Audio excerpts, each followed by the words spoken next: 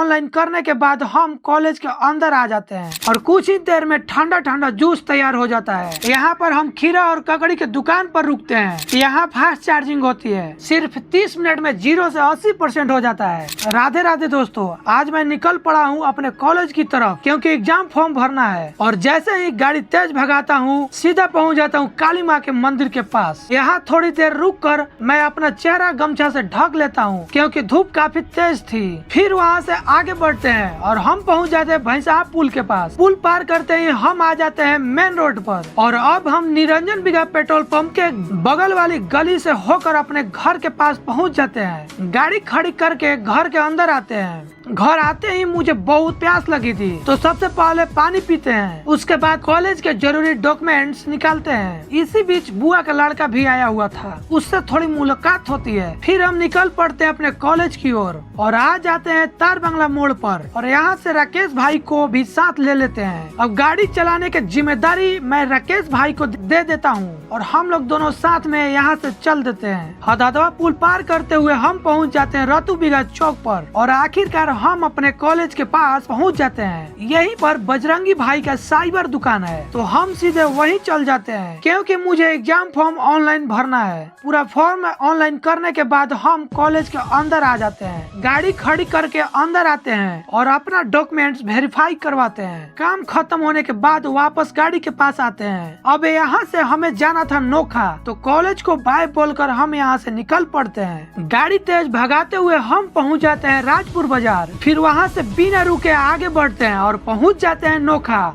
Sorry दोस्तों, यहाँ का वीडियो बनाना भूल गए थे। अब हम नोखा से सीधे सासाराम की तरफ निकलते हैं। रास्ते में बहुत गर्मी और तेज धूप की वजह से हम रुक जाते हैं सत्तू का जूस पीने के लिए। भैया जूस बनाना शुरू करते हैं और कुछ ही देर में ठंडा ठंडा जूस तैयार हो जाता है। जैसे ही हम जूस पीते हैं तो सच में ऐसा लगता है कि इसके आगे महंगे फल के जूस भी फेल हैं। इतना अच्छा लगा कि हमने एक और गिलास बनवाया। आपको बता दूं कि इस जगह का नाम बराव है जो सासाराम और नोखा के बीच में पड़ता है। जूस पीने के बाद हम पहुंच जाते हैं सासाराम। यहाँ पर हम खीरा और ककड़ी के दुकान पर रुकते हैं और ककड़ी लेकर आगे बढ़ते हैं। फिर हम पहुंचते हैं एथर स्कूटी के शोरूम पर क्योंकि गाड़ी की बैटरी कम हो गई थी। यहाँ फास्ट चार्जिंग होती है, सिर्फ 30 मिनट में 0 से 80% हो जाता है। चार्जिंग के बाद हम निकलते हैं और पहुँच जाते हैं अपने डेयरी। तो दोस्तों, आपको आज का वीडियो कैसा लगा कमेंट करके जरूर बताइएगा। मिलते हैं अगले वीडियो में।